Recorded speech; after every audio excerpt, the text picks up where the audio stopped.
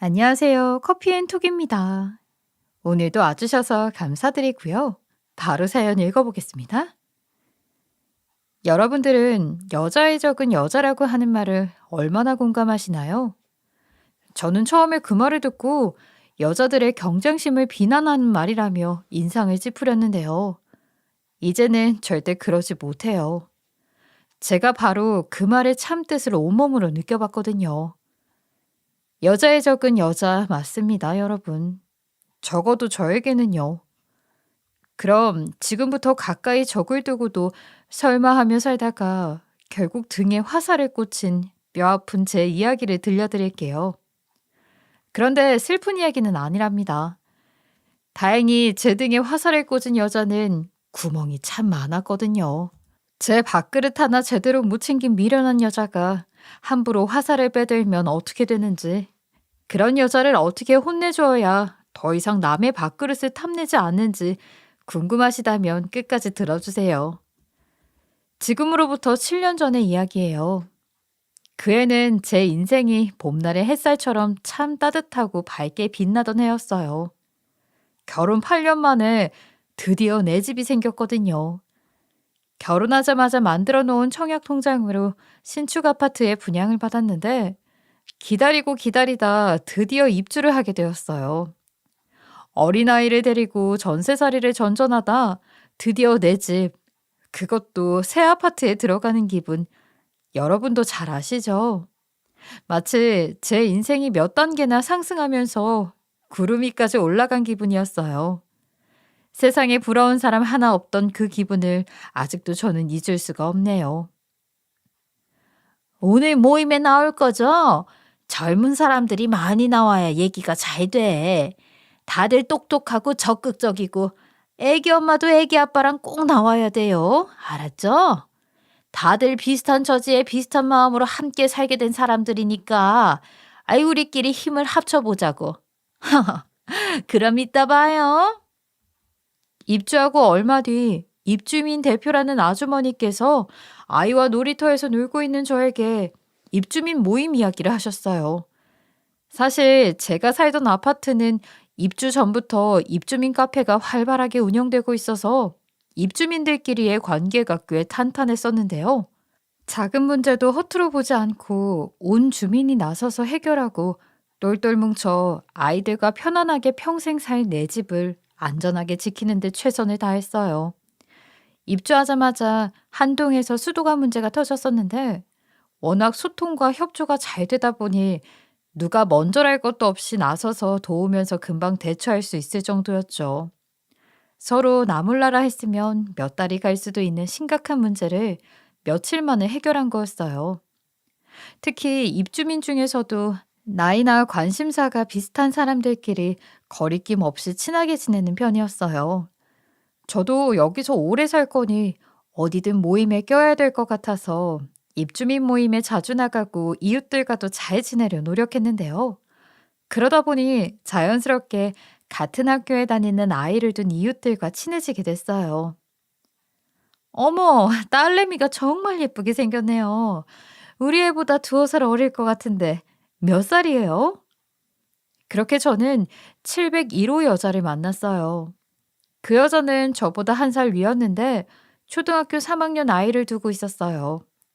같은 동에 살아서 놀이터에서 자주 만나는 데다 딸내미가 똘똘해서 그때 막 초등학교에 입학했던 저희 아이가 언니 언니 하며 따르는 바람에 거의 매일 얼굴을 보며 지냈죠.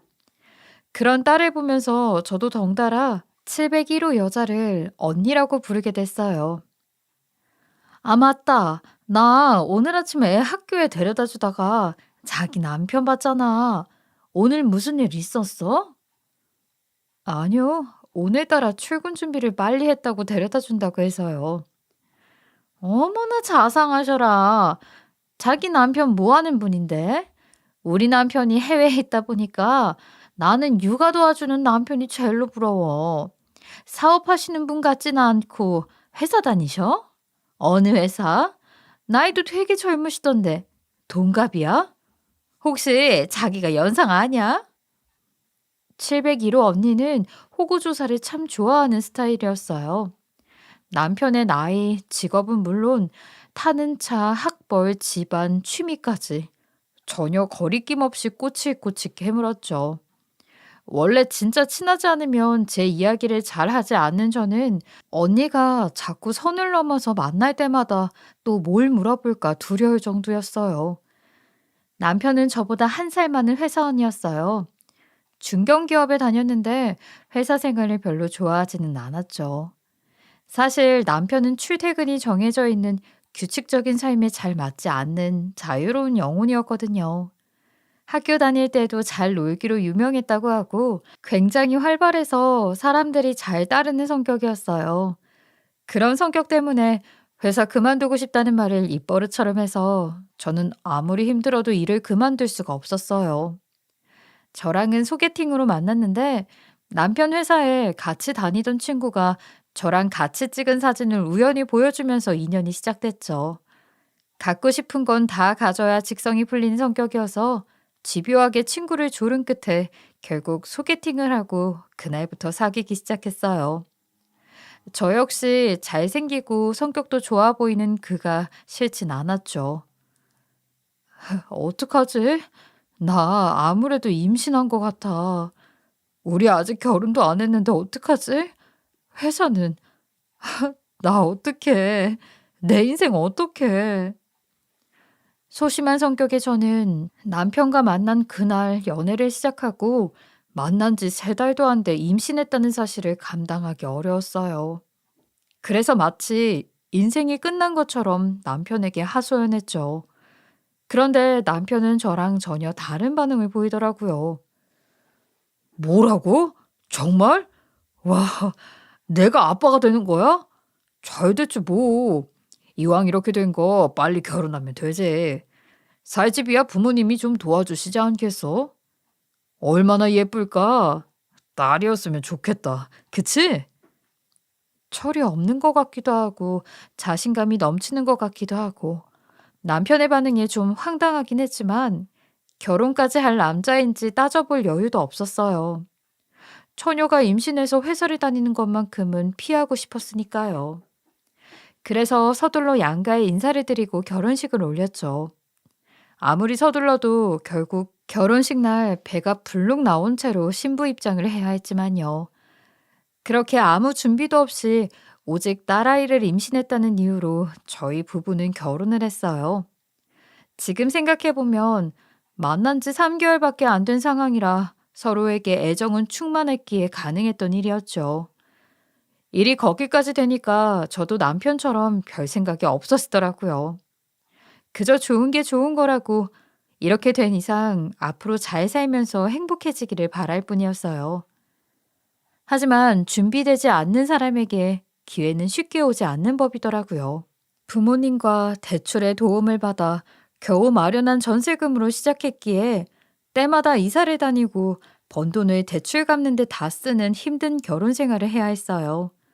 그 와중에 육아까지 해야 하니 즐길 틈이라곤 전혀 없었죠. 철없는 선택에 대한 책임은 오롯이 저희 두 사람 것이었어요. 그러다가 드디어 마련한 내 집이니 얼마나 좋았겠어요. 깨끗하고 살기 좋고, 게다가 어린아이를 데리고 이사를 다니지 않아도 되니 너무 행복했죠. 그동안 아무리 힘들어도 그만두지 않고 일한 것이 너무나 뿌듯한 나날이었어요. 아, 그랬구나. 아유, 고생 많았네. 그래서 자기가 나이보다 좀 성숙해 보였나 보다. 난 직장 생활 안 해봐서 잘 몰라. 대학 졸업하자마자 결혼하고 신혼 좀 즐기다가 애 낳았으니까. 우리 남편도 사업하느라 거의 외국에 있으니까 뭐 내조할 일도 없고. 애랑 둘이 지내니까 살림도 잘 안 하고. 남들은 나더러 상팔자라 그러는데. 글쎄, 가끔은 나도 고생 같은 거 해보고 싶기도 해. 뭔가 되게 열심히 하면 보람되고 그러잖아. 그치? 한 번은 모처럼 휴가라 쉬고 있는데 어떻게 알고 701호 언니가 연락을 했더라고요. 저희 집에 불 들어온 걸 보기라도 했는지 전화해서 오늘 안 나갔냐고 묻기에 휴가라고 했더니 부침개를 잔뜩 붙여왔어요. 그리고 수다나 떨자면서 어떻게 결혼했냐, 그전에는 어디서 살았냐, 꼬치꼬치 또 질문 릴레이를 펼쳤죠.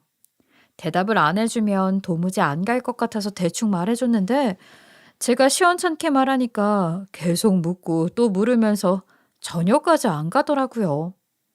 결국 눈치 없이 저녁 시간까지 있다가 퇴근하고 온 남편과 마주치고 말았어요.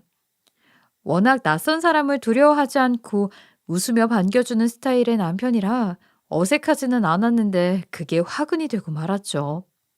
남편이 웃으면서 말을 잘 받아주니까 701호 언니는 아예 갈 생각을 하지 않았어요. 어머나, 가까이서 보니까 더 멋있으시다. 키도 정말 크시고.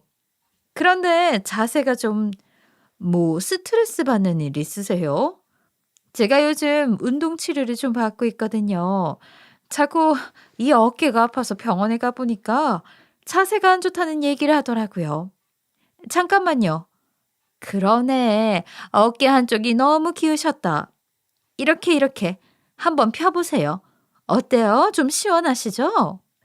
오지랖이 태평양인 언니는 처음 본 남편의 어깨를 들어 올리고 팔과 허리춤을 만지면서 자세를 잡아준다 난리였어요.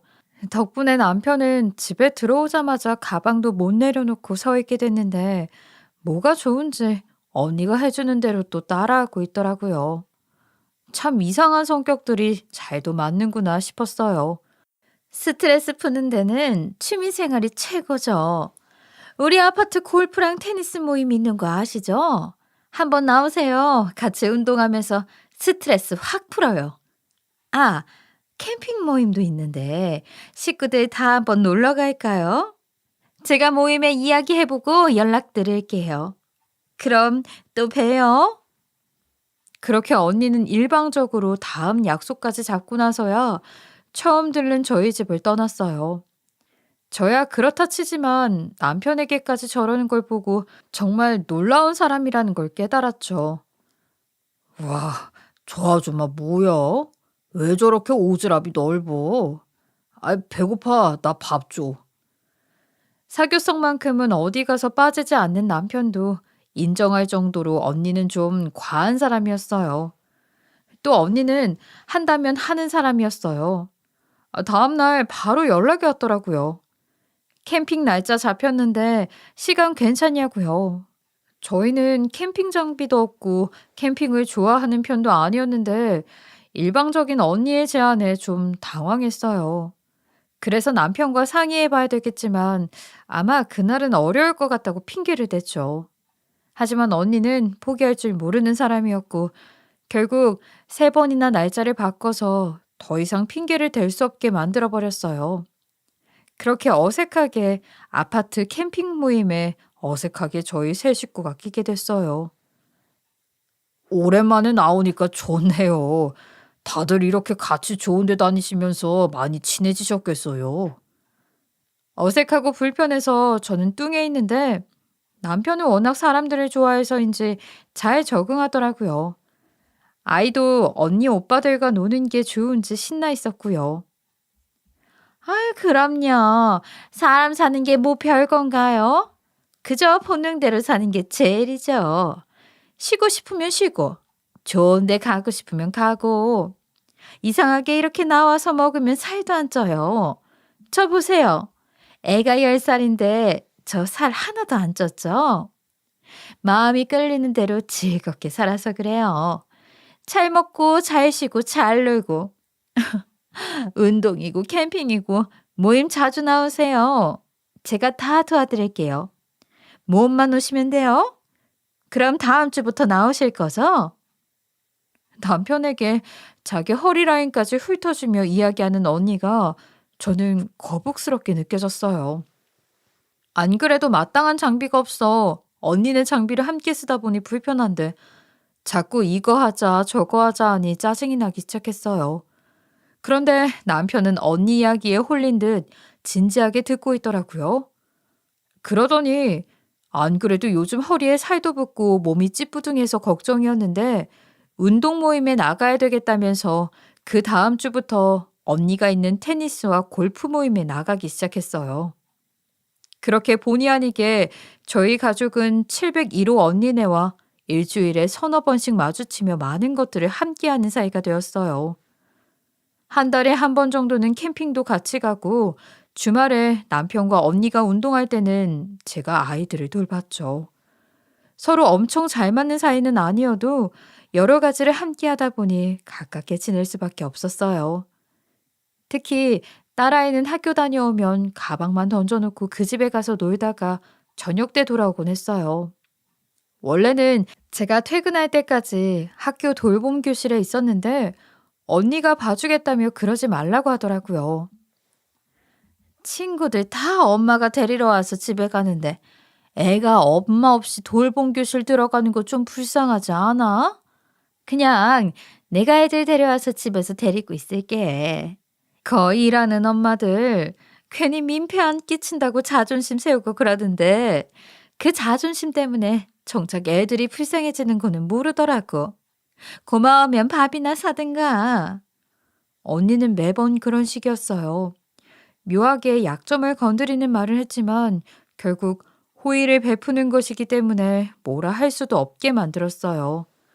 거기에 토를 달면 저만 나쁜 사람이 되는 거였으니까요. 그저 감사하다고 하고 호의를 누리면 되는 건데 성격상 매번 기분이 찝찝한 게 사실이었어요. 하지만 아이가 저렇게 좋아하니 어쩔 수 없이 그렇게 했죠. 엄마, 엄마는 파스타 만들 줄 몰라? 701호 이모는 엄청 맛있게 만들더라. 엄마도 그렇게 만들어서 언니 초대하면 안 돼? 되도록 칼퇴근을 해서 저녁은 제 손으로 해서 먹이고 싶었는데 그게 쉽지 않더라고요. 조금만 늦으면 701호 언니가 딸아이 저녁을 해먹이는 통에 늘 미안하다는 말을 해야 했어요. 언니는 솜씨가 좋아서 파스타나 치킨, 떡볶이, 피자 같이 아이들이 좋아하지만 집에서 해먹이기에 손이 많이 가는 음식들을 뚝딱 해내곤 했어요. 그 집에 가면 늘 먹을 게 넘치니까 아이가 참 좋아하더라고요. 너무 얻어먹기만 한 것 같아 한 번은 제대로 음식 대접을 해야겠다는 생각에 저는 주말 저녁에 언니네를 집으로 초대했어요. 없는 솜씨에 한 상 차려내니 하루 종일 쉬지도 못하고 음식만 해야 해서 좀 피곤했죠. 어머, 이걸 다 했어? 직장 다니느라 매일 배달 음식 먹는 것 같더니 요리도 하고 그러는구나. 그런데 밀푀유나베 이건 재료 사서 끓이기만 하면 되는 거라 정말 쉽잖아. 그치? 아무튼 잘 먹을게. 고마워. 기껏 차려줬더니 또 묘하게 비꼬는 소리를 하는데 너무 피곤해서 그런지 그날따라 억지 미소가 나오질 않더라고요. 분위기가 싸해지니까 남편이 눈치를 보며 껴들었어요. 아유, 우리 딸 매일 챙겨주시는데 너무 약소하죠. 그래도 이 사람 마음이니 맛있게 드세요. 아, 그리고 참, 제가 여러 가지로 너무 감사해서 선물을 하나 준비했어요. 회사 여직원들이 이거 요즘 많이 쓴다고 하더라고요. 뿌리는 에센스인데 생각보다 비싸서 와이프 거는 못 사고 하나만 사왔어요. 저희 딸 잘 봐주셔서 감사합니다. 남편은 저한테 한마디 말도 없이 선물을 준비해놨더라고요. 그것도 화장품으로요. 그냥 애들 좋아하는 인형이나 사주면 되지. 화장품은 좀 오버 아닌가 싶었어요. 연애 시절부터 지금까지 한 번도 선물이라는 걸 받아본 적 없어서 그런지 더 기분이 안 좋았죠. 그래서 언니가 돌아간 후 남편에게 싫은 티를 냈어요. 아니, 웬 화장품? 와이프가 어떤 화장품 쓰는지도 모르면서 이웃집 여자한테 요즘 유행하는 화장품을 사주는 걸 대체 어떻게 이해해야 돼? 아무튼 그 언니 좀 이상해. 말도 은근히 기분 나쁘게 하고 호의도 너무 지나치면 받는 사람이 불편한 법인데 꼭 미안하다고 하게 만들고. 암튼 깊이 얽혀야 피곤한 일만 많으니까 자기도 좀 거리를 둬. 운동도 꼭 그거 할 필요는 없잖아. 차라리 헬스를 하던가. 아이고, 여자들은 그게 문제야. 내가 뭐 이웃집 아줌마한테 화장품 사주고 싶어서 사주냐? 매번 고맙다고 말만 하기 그래서 그렇지. 솔직히 애 봐주니까 편한 건 사실이잖아. 성격 좋고 사람 잘 챙기고 얼마나 좋냐. 오지랖도 다 능력 있어야 피우는 거야. 당신 열등감 느끼는 거 아니야? 701호 언니랑 죽이 척척 맞더니 이제 말하는 것도 비슷해진 남편. 꼭 말을 해도 열등감 운운하며 비꼬더라고요. 사실 언니랑 저는 전혀 반대의 성격이어서 비교하려면 한도 끝도 없었어요. 그런데 남편이 꼭 집어서 이야기하니 힘이 빠지더라고요. 그날 밤 저는 이 생각 저 생각하느라 잠도 제대로 못 잤어요. 예민해진 건지 언니가 꼭 우리 가족의 소리 없이 파고든 뱀처럼 느껴지더라고요. 스르륵 다가와 급소를 확 물고 놔주지 않는 그런 뱀이요. 그리고 얼마 뒤 제 예감이 틀리지 않았다는 것을 알게 됐어요. 여느 때처럼 입주민 모임에 나갔는데 거기서 스프링클러 얘기가 나왔어요. 무슨 문제인지 오작동 사고가 여러 집에서 나고 있다며 절대 손대지 말라는 내용이었죠. 하루에도 몇 번씩 관리사무소에서 방송을 하고 엘리베이터에도 안내문이 붙었어요. 그러다가 시부모님이 시골에서 올라오신다는 연락을 받았는데요. 금요일 오후에 올라오신다기에 저는 반차까지 쓰고 와서 음식 준비를 하느라 정신이 없었어요. 그래서 딸아이가 701호에 있다는 것도 깜빡 잊었었죠. 언니, 저 오늘 시부모님 오신다고 해서 일찍 퇴근했어요. 저희에 올려 보내주세요. 오늘도 감사했어요, 언니. 급한 김에 전화로 701호 언니에게 이야기를 했는데 5분도 안 돼서 도어락이 열리며 아이가 들어오더라고요. 혼자가 아니라 언니하고 같이요. 어머, 아주 난리를 치고 있네. 시부모님은 언제 오셔? 누가 모시러 가? 맛있는 거 뭐뭐 했어? 내가 좀 도와줄까? 안 그래도 정신이 하나도 없는데 언니까지 와서 이것저것 물어보니 솔직히 성가셨어요. 그래서 괜찮다고 혼자 해도 된다고 했는데도 끝까지 안 가고 서 있더라고요. 그때 남편이 모시러 간 시부모님이 도착하셨어요. 언니는 자기가 안주인 양 먼저 나가 문을 열어주고 밝은 목소리로 시부모님을 맞이하는 게 아니겠어요? 그리고 자기소개까지 하며 아주 능청스럽게 굴었죠. 어이가 없어서 불편한 표정을 짓고 있는데 다행히 언니가 화장실을 다녀오더니 간다고 하더라고요. 자기 집 가서 볼일을 볼 것이지 굳이 여기서 화장실을 들렀다가는 언니를 저는 이해할 수 없었어요. 그래도 간다고 하니 다행이다 싶어 현관까지 나가 배웅을 하는데 쏴 하는 소리와 함께 순식간에 딸 방이 물바다가 되고 말았어요. 딸 방은 현관에서 거실로 들어오는 복도의 화장실 맞은편에 있었는데 아무도 없는 방 천정에서 갑자기 물줄기가 분수처럼 터진 거였어요. 어머머, 스프링클러가 작동했나 봐. 뭘 잘못 만졌나 본데? 대체 누가 그런 거야? 시부모님과 온 식구들은 딸방에 가꾸며 책들을 옮기느라 정신이 없었어요. 물줄기는 곧 방을 넘어 거실로 밀려 나오게 됐어요. 관리실에 전화해 어떻게 물줄기는 멈췄지만 이미 아이 방과 거실, 주방까지 물이 흥건한 상황이었죠. 아이고, 여기 다 물 빼려면 한참이겠네. 일단 어르신들은 저희 집으로 가세요. 있을 때라곤 안방뿐인데 5이서 거기서 꼼짝없이 지내실 수도 없는 노릇이잖아요. 저희 남편이 해외 출장 중이라 저랑 딸애밖에 없어요. 방 따뜻하니까 가서 편히 쉬세요. 어서요. 근처 모텔로 모시겠다고 했는데도 701호 언니는 막무가내였어요.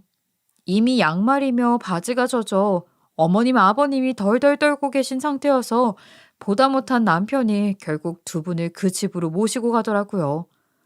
딸애도 신나서 따라갔고요. 그렇게 저희 부부가 물 빼느라 밤을 새우는 사이 701호 언니는 시부모님께 따뜻한 밥을 내어드리고 맛있는 음식을 해드리면서 저 대신 며느리 노릇을 하고 있었어요.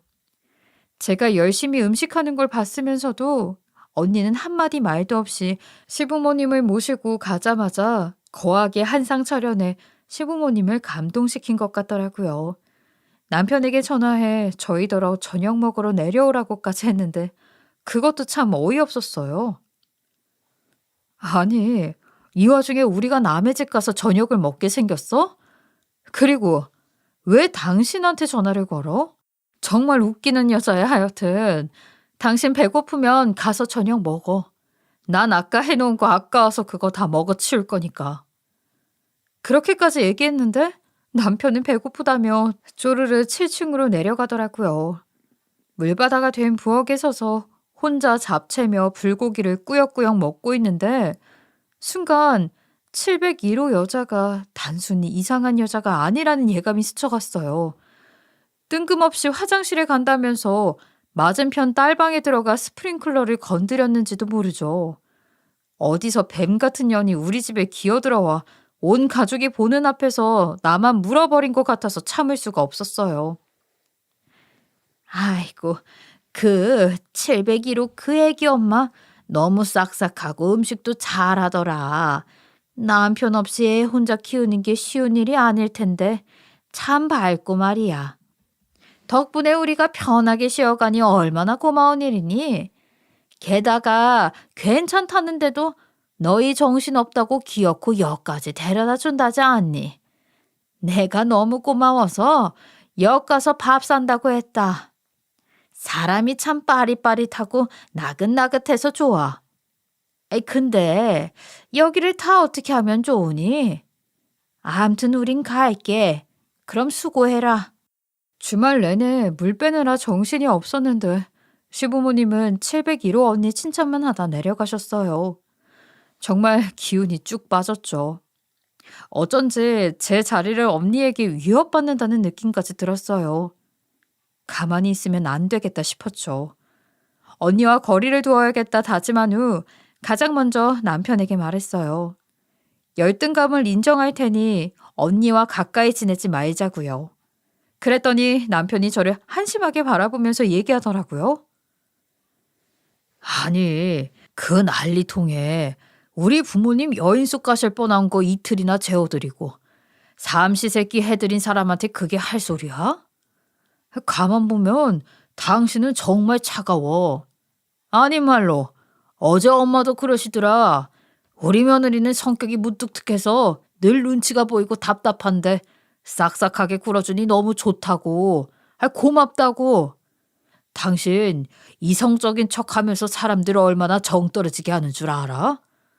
어지간하면 참으려고 했는데 이건 정말 아니지. 정말 질린다 질려. 그 순간 저는 너무 황당해서 한마디도 할 수 없었어요. 철은 좀 없어도 말은 예쁘게 하던 남편이 왜 저렇게 말을 하는 건지 이해가 가지 않았죠. 온 가족이 그 여자 편에 서서 저를 점점 더 외롭게 만드는 것 같았어요. 그날 이후 남편과 저 사이의 골은 걷잡을 수 없이 깊어졌어요. 서로에 대한 신뢰가 깨진 거죠. 그리고 1년 넘게 각방을 썼는데도 별로 달라진 게 없었어요. 신뢰는 물론 애정까지 식게 된 거죠. 그나마 다행인 건 남편과 냉전을 치르는 동안만큼은 701호 언니와 교류를 하지 않아도 됐다는 거였어요. 언니도 눈치가 있는지 슬슬 제 주위에 오지 않더라고요. 아이도 학원에 다니기 시작해서 제가 퇴근할 때까지 언니 도움이 필요하지 않게 됐고요. 그렇게 길고 메마른 시간을 보내고 있을 무렵 저는 절대 용서할 수 없는 어마어마한 비밀을 발견하고 말았어요. 남편과 그 뱀 같은 여자가 저 없이 둘이서 대화를 나누는 걸 목격한 것이었죠. 그것도 저에 대한 이야기를요. 어머, 힘들었겠다. 아휴, 오늘도 고생했네. 밤에 목이 말라 자다가 깼는데 남편 방에서 남편이 누군가와 얘기하는 소리가 들렸어요. 궁금해서 문에 귀를 가까이 대보니 영상통화를 하는 것 같더라고요. 이 밤에 무슨 영상통화인가 싶어 귀를 쫑긋 세우고 들어봤는데 남편의 통화 상대는 701호 언니였어요. 언제 그렇게 친해졌는지 저랑은 하루에 한마디도 안 하면서 언니하고는 이 얘기 저 얘기를 잘도 나누더라고요. 내가 그 맘 알지. 걔가 좀 답답하고 꽁한 구석이 있잖아요. 나도 말하다 보면 속 터질 때가 한두 번이 아니었어.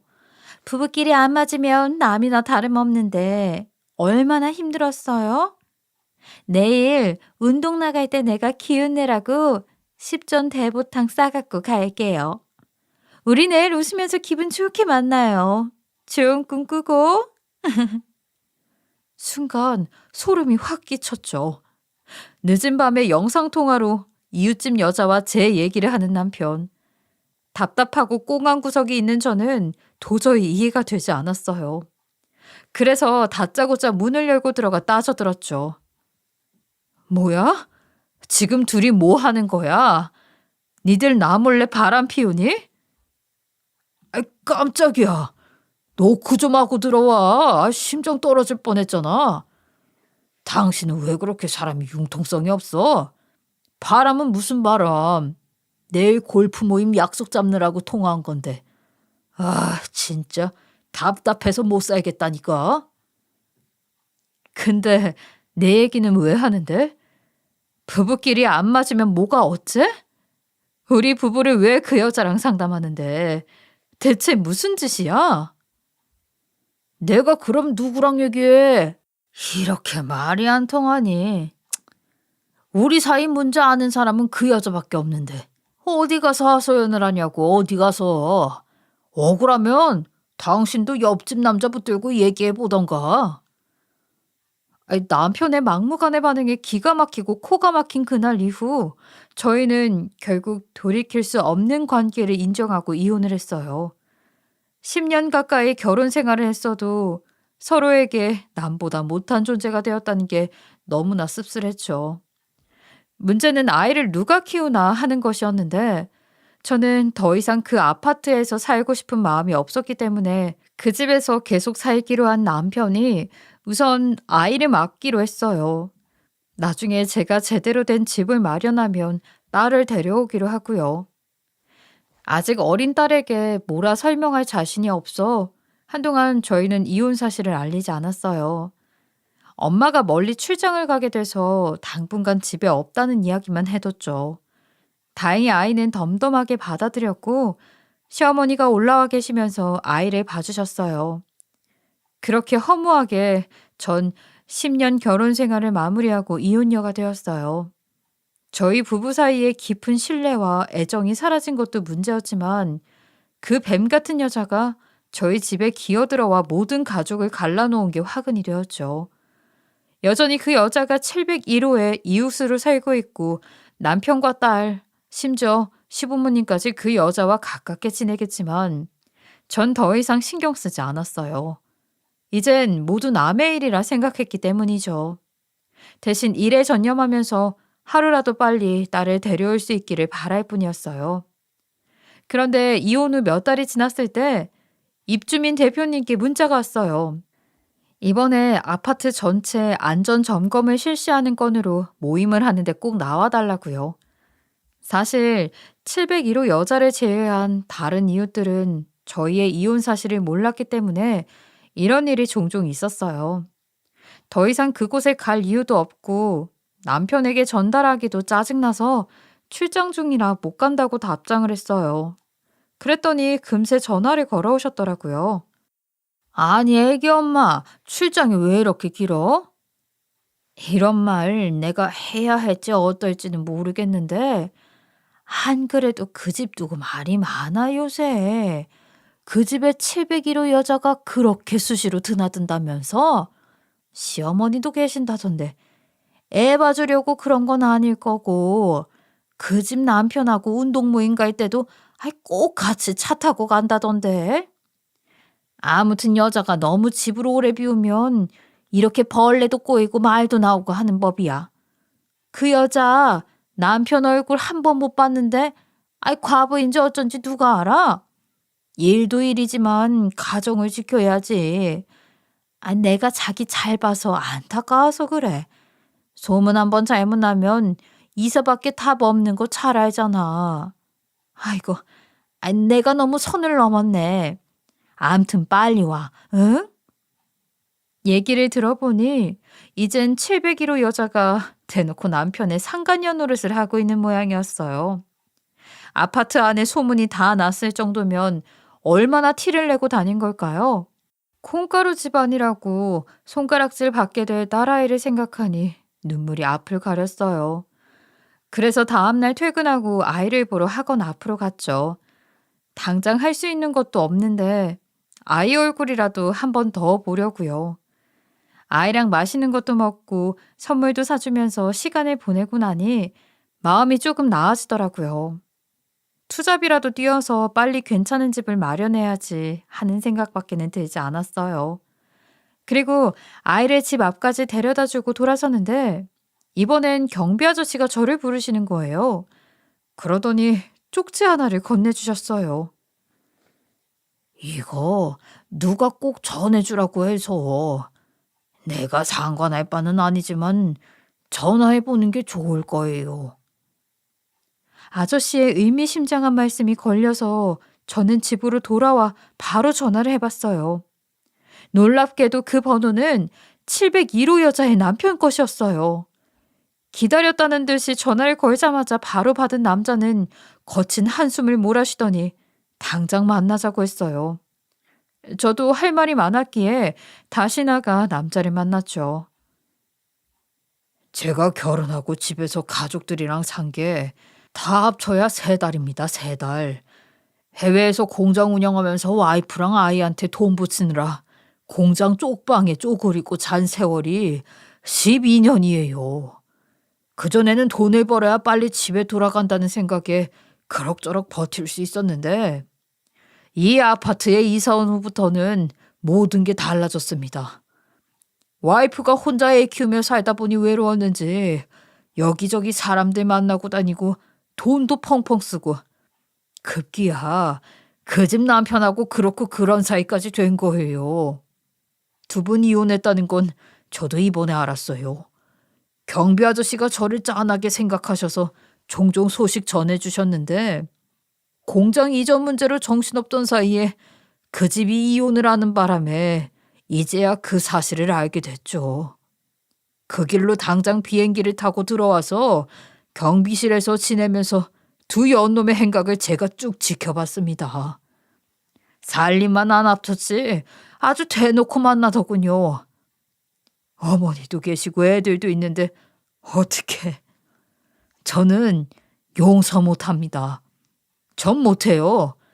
내일 변호사 사무실 찾아가서 어떻게 해야 할지 알아보고 내 새끼 뺏고 그 연놈들 인생도 다 뺏을 겁니다. 남자는 충격으로 이성을 잃은 상태였어요. 그 모습이 마치 이혼 당시 제 모습 같아서 마음이 아프더라고요. 이제 겨우 마음을 진정한 상태인데 그 남자가 다시 불씨를 살리니 저도 감정이 복잡해질 수밖에 없었어요. 그래서 제 사정을 솔직히 털어놓았죠. 전 솔직히 2 사람이 만나고 다니든 같이 지내든 이젠 상관없어요. 그런데 아직 제 딸이 거기서 살고 있다는 게 문제예요. 하루라도 빨리 돈을 모아 집을 마련해서 딸을 데려오겠다는 생각밖에 없어요. 하실 일이 많을 텐데 도움이 크게 못 될 것 같아 죄송하네요. 그러자 남자는 눈을 동그랗게 뜨더니 제게 무슨 일을 하냐고 묻더라고요. 그래서 저는 중견기업 경영지원팀에서 일한다고 했더니 바로 동업을 하자고 제안했어요. 자기가 모피 공장을 하는데 일이 이렇게 된 이상 해외 공장은 다른 사람에게 맡기고 국내 본사를 세워서 운영할 계획이라고요. 안 그래도 믿을 만한 사람이 필요했는데 같이 하자고 저를 설득했어요. 아무래도 회사를 다니는 것보다야 낫겠다 싶어 저는 고민 끝에 그 남자의 공장에서 일하기로 했어요. 그런데 생각했던 것보다 규모가 크고 성수기가 되면 매출도 상당하더라고요. 이런 식으로만 하면 금방 집 살 돈을 마련할 수 있을 것 같아 저는 밤낮으로 일을 했어요. 제가 그렇게 일하는 동안 701호 여자의 남편은 변호사도 만나고 증거도 수집하면서 이혼을 준비했죠. 남편이 국내에 들어왔다는 사실도 자신의 불륜 증거를 수집하며 소송을 준비하고 있다는 사실도 전혀 모르는 701호 여자는 여전히 저희 집을 드나들며 온 가족에게 웃음을 팔고 있었고요. 그렇게 시간이 지나고 벌써 한 해가 저물어가고 있던 어느 날 딸아이에게 전화가 왔어요. 주말에 피아노 콩쿠르 대회가 있는데 엄마가 와주면 안 되냐고요. 아빠랑 할머니는 일이 있고 701호 언니도 나가서 그 집 이모랑 가야 하는데 자기도 엄마가 와줬으면 좋겠다고요. 그러면서 친구들이 많이 오니까 꼭 예쁜 옷 입고 오라고 말하더라고요. 딸의 부탁을 거절할 수도 없고 그랬다고 하고 전화를 끊었는데 걱정이 앞섰어요. 거기서 701호 여자와 마주할 생각을 하니 끔찍했죠. 그래도 딸 부탁인데 예쁘게 입고 가자는 생각으로 회사에서 만드는 제일 좋은 모피 코트를 골라 입고 화사한 꽃다발을 사서 대회 장소로 갔어요. 그리고 그곳에 도착하자마자 저는 한눈에 701호 여자를 알아볼 수 있었어요. 제가 간다는 말을 듣고 엄청나게 화려한 차림으로 등장을 했거든요. 저랑 똑같이 모피 코트를 입고 말이에요. 어머, 자기 오랜만이다. 근데 혼자 지나니까 편한가 봐. 되게 신경 쓰고 다니네. 왜? 남자 꼬셔서 새 출발이라도 하려고? 아이고, 그게 쉽니? 딸내미 떼어놓고 좋은 집 놔두고 원룸에서 혼자 지내려니 많이 힘들지? 그러고 보면 자기 정말 지독해. 응? 여전히 아무 말이나 주둥이로 내뱉는 그 여자를 보고 있자니 우라가 치밀었지만 딸 앞에서 머리끄덩이를 잡을 순 없기에 참았어요. 그런데 잘 보니 여자의 모피가 굉장히 오래된 거더라고요. 그동안 모피 회사에서 일하느라 저도 보는 눈이 생겼는데 그건 우리 회사에서 몇 년 전에 만든 제품 같았어요. 유행이 지나도 한참 지난 걸 입고 다녔던 거죠. 그도 그럴 것이 최근에는 남편이 모피를 안 보내줬을 테니까요. 저희 남편과 하하호호하면서 지내는 걸 아는데 보내줄 리가 없었죠. 갑자기 전 저 여자한테 제대로 복수를 해줘야겠다라는 생각이 들었어요. 아파트에 사는 아이들이 주로 다니는 피아노 학원에서 나간 대회라 입주민들이 많이 와 있었거든요. 그래서 701호 여자의 남편에게 연락을 해 당장 와달라고 했어요. 바로 오늘이 개망신을 주는 최고의 날이 될 것 같다고요. 여자의 남편은 그 길로 달려왔고 백스테이지로 가 꿈에 그리던 딸을 만났어요. 여자는 그 사실을 전혀 모른 채 저와 함께 객석에 앉아 있었죠. 그렇게 대회가 시작되고 아이들의 무대를 모두 마친 후 마지막으로 가족 사진을 찍는 순서가 되었어요. 저는 제 딸에게 다가가 꽃다발을 전해줬죠. 그 모습을 보더니 701호 여자가 달려와 자기도 꽃다발을 주더라고요. 자기 딸이 옆에 서 있는데 굳이 제 딸에게 먼저요. 그 모습을 보고 여자의 딸이 엄마를 한심하단 얼굴로 노려보는데 그동안 엄마의 행실에 대해 불만이 많은 표정이었어요. 이제 초등학교 고학년이니 알 건 다 알고 있었겠죠. 그런데 곧 그 아이의 표정이 환하게 밝아졌어요. 아빠가 어마어마한 꽃다발을 들고 다가와 아이에게 안겨줬거든요. 아이고 우리 딸 오늘 너무 멋졌어. 최고다 최고. 그 모습을 본 701호 여자는 저 기죽이려고 신고 온 10cm 힐이 휘청일 정도로 놀라더라고요. 엄마야, 당신이 어떻게 여기 있어? 언제 귀국한 거야? 어떻게 여기를 알고 왔어? 그때 제가 나서서 상황을 정리했어요. 이젠 모두가 알 건 알아야 할 것 같아서요. 사장님 오셨어요? 오늘 우리 애들 너무 잘했죠? 저 오늘 괜찮나요? 역시 우리 회사 모피가 좋긴 좋네요. 저 우리 딸한테 엄마가 여기서 제일 예쁘다고 칭찬 들었어요. 뭐? 사장님? 둘이 뭐야? 같은 회사 다니는 거였어? 701호 여자는 놀라 입을 다물지 못했고 당황해서 눈을 이리저리 굴리더니 갑자기 뒷걸음질을 치더라고요. 그 모습을 보고 저도 모르게 그 여자의 모피 소매를 낚아채듯 당겼는데 순간 옷이 스르륵 벗겨지며 다 해진 속감이 훤히 드러났어요. 어머, 괜찮으세요? 옷이 왜 이렇게 너덜너덜? 얼른 제대로 입으세요. 사람들이 다 보잖아요. 그 여자는 아이들과 남편 앞에서 곤란한 상황에 처한 것보다 사람들이 자신의 초라한 속내를 보는 게 더 창피한 모양이었어요. 얼른 옷을 여미며 사람들 눈치를 보더라고요. 아이고, 우리 와이프 모피가 너무 오래됐구나. 그러게 진작 잘하지 그랬어. 명색의 남편이 모피회사 사장인데 와이프가 얼마나 꼴 같지 않게 굴었으면 모피 신상 하나를 안 보내줬겠냐. 우리 이사님 입은 거 어때? 이번에 나온 신상인데 진짜 멋지지? 이제 어떡하냐? 당신은 저런 거 구경도 못 해보고 살게 될 것 같은데. 그 말이 끝나자마자 저는 명함을 꺼내 701호 여자의 면상에 날려주며 말했어요. 한번 연락 주세요. 흠 있어서 못 파는 모피 있으면 하나 드릴게. 어차피 흠 많은 분인데 옷에 흠난 정도는 티도 안 날 거 아니에요?